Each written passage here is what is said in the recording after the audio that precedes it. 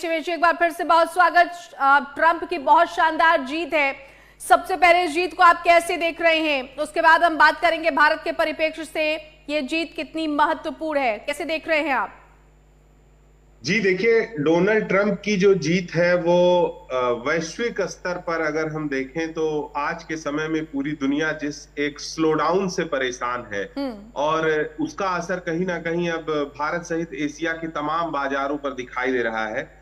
तो ट्रंप के आने से जो इकोनॉमिक गतिविधियां होंगी उसको एक बहुत बड़ा बूस्ट मिलेगा, और जब अमेरिका के बाजार में बूस्ट होगा तो जाहिर सी बात है कि भारत जैसे जो देश हैं जो आउटसोर्सिंग का एक बहुत बड़ा बिजनेस करते हैं, हमारी भी अर्थव्यवस्था पर उसी तरीके से असर पड़ेगा, उसका पॉजिटिव इंपैक्ट पड़ेगा। दूसरी जो बात जो सबसे बड़ी है वो है विश्व शांति के लिए ट्रंप का आना बहुत जरूरी था, क्योंकि ट्रंप ने जिस प्रकार से बहुत स्पष्ट रूप से उन्होंने कहा कि युद्ध में अमेरिका बहुत पैसे नहीं डालेगा और कहीं ना कहीं वो अमेरिका पर फोकस करना चाहते हैं, अमेरिका की ग्रोथ पर फोकस करना चाहते हैं। तो इससे ये बात स्पष्ट होती है कि जो वॉर में जो पैसा जा रहा था, अब वो पैसा अमेरिका के इंफ्रास्ट्रक्चर को, अमेरिका के बिजनेस को बूस्ट करेगा, और इससे जो प्रॉस्पेरिटी है, जो आउटसोर्सिंग का नेचर है, सर्विसेज का, कंपनियां एक दूसरे से जुड़ी हुई हैं, रिसर्च एंड डेवलपमेंट्स है, उन सब चीजों की वजह से अन्य जो आर्थिक गतिविधियां हैं अमेरिका से जुड़ी हुई सभी देशों का उसमें फायदा होगा। और एक सबसे बड़ी बात जैसे आपने कहा कि भारत के लिए क्या है, देखिए भारत के जितने देशों के साथ बड़े स्तर पर भारत के व्यापार होते हैं, ट्रेड होते हैं, हमारे लिए बड़ी पॉजिटिव बात है कि अमेरिका ही एकमात्र ऐसा देश है जिसके साथ हमारा जो एक्सपोर्ट है वह सरप्लस है, यानी हम उनको बेचते ज्यादा है, उनसे ले कम पाते हैं। तो डेफिनेट सी बात है कि उसका भी एक असर आएगा। जब हम एक व्यापारिक गतिविधियों पर जाएंगे तो भारत को उसका एक लाभ मिलेगा। यद्यपि डोनाल्ड ट्रंप की नीतियां संरक्षणवादी हैं, लेकिन डोनाल्ड ट्रंप बहुत ही मजे हुए बिजनेसमैन भी हैं और वो ये जानते हैं कि भारतीय मेधा का पूरे विश्व में कोई मुकाबला नहीं है। इसीलिए साथ साथ मोदी जी के साथ जो उनकी केमिस्ट्री है, जो उनके संबंध है, वो एक भारत और अमेरिका के संबंधों को एक अलग लेवल पर ले जाएंगे। और आप देखिएगा कि किस प्रकार से जियोपॉलिटिक्स में अभी जो एक डिसबैलेंस आ रहा था, जिस तरह से अमेरिका के साथ 5 आई कंट्रीज मिलके भारत के आंतरिक मामलों में खालिस्तान मूवमेंट को लेकर गतिविधियां तमाम कर रही थी, हिंदुओं पर बांग्लादेश में जिस प्रकार से अत्याचार हो रहे थे, कनाडा में अभी जैसा हमने देखा, ये सब बहुत स्ट्रांगली मैं बिलीव करता हूं कि डोनाल्ड ट्रंप के आने के बाद से ये सब समस्याओं का समाधान होगा।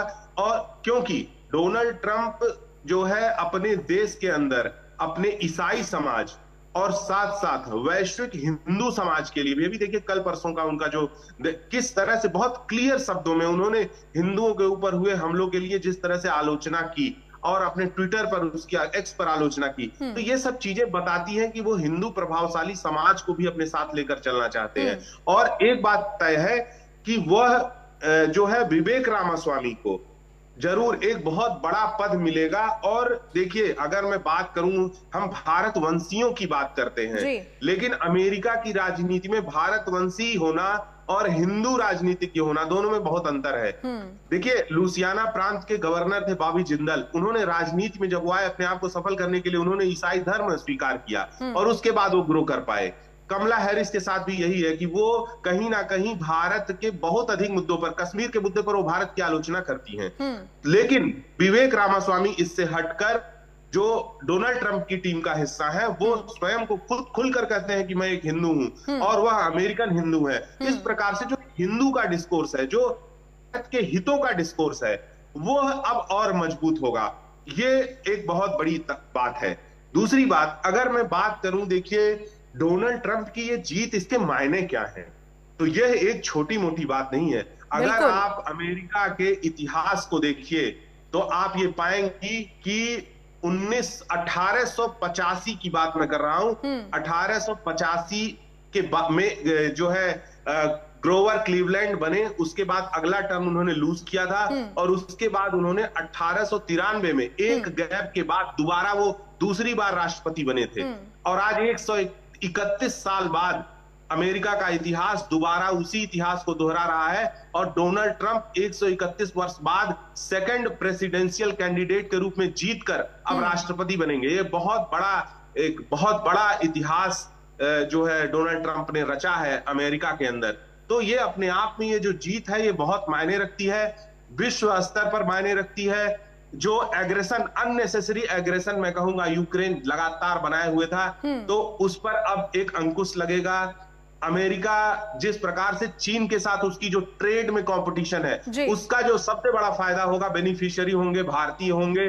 उस आधार पर जो है ट्रंप की जीत के बड़े मायने होते हैं। तो मैं मानता हूं कि ट्रंप की जो जीत है वह भारत के हित में है। मोदी जी के साथ उनकी जो गजब की केमिस्ट्री है, तमाम सार्वजनिक मंचों पर वो खुलकर मोदी जी की प्रशंसा करते हैं।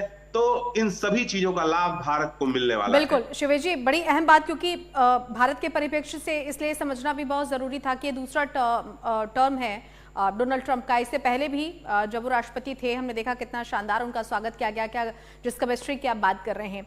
और उससे भी पहले जो सबसे पहले उन्होंने जो वायदे किए थे अमेरिका की जनता से, उन पर भी नजर डाले।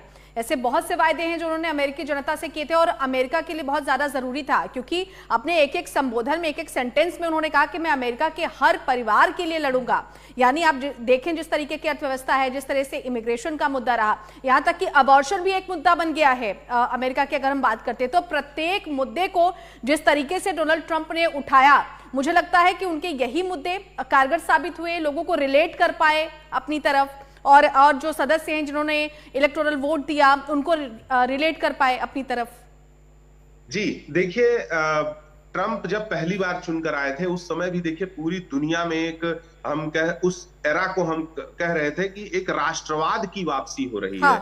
सभी देश वैश्वीकरण की जगह पर अपने देश को, राष्ट्र को संरक्षित करने की बात कर रहे थे। और एक बात आप देखिए कि डोनाल्ड ट्रंप का दोबारा निर्वाचित होना इसलिए भी अहम हो जाता है क्योंकि अब अमेरिका के साथ साथ दुनिया के सभी देश और दुनिया के सभी नागरिक, सिटीजन्स भी धीरे धीरे अब अपने अंदर ये स्वीकार कर रहे हैं कि जो वर्ल्ड ऑर्डर है उसमें कहीं ना कहीं अमेरिका का जो प्रभुत्व है वो डाउनग्रेड हो रहा है। और एक अमेरिकी के रूप में अगर आप देखिए अमेरिका का जो समाज है वो एक लंबे समय से उसने दुनिया के सॉफ्ट पावर, हार्ड पावर दोनों का नेतृत्व किया है। और इस तरह से जब 200-250 वर्षों के इस अंतराल के बाद आप देख रहे हैं कि इसका सॉफ्ट पावर लूज हो रहा है, हार्ड पावर लूज हो रहा है, अमेरिका को लोग बहुत गंभीरता से नहीं ले रहे हैं। एक समय ऐसा था जब कहा जाता था कि अगर अमेरिका को छींक आती है तो पूरी दुनिया को सर्दी लग जाती है और या उसके जो दुष्प्रभाव होते हैं। तो अब धीरे धीरे क्या था कि बहुत सामान्य देश भी अमेरिका को बहुत गंभीरता से नहीं ले रहे थे। बिल्कुल शिवेश जी, इस पर हम चर्चा करेंगे क्योंकि ये बहुत महत्वपूर्ण बात है। वो एरा भी हमने देखा है, आप चाहे बिल क्लिंटन के बाद से का एरा देखें, बराक ओबामा तक आप वो एरा देखें, तो एक महाशक्ति के तौर पर, लेकिन धीरे धीरे सही बातें हैं कि एक तरीके से महाशक्ति के तौर पर कम आंका जाने लगा क्योंकि देश अंदर से खोखला हो रहा था। Joe Biden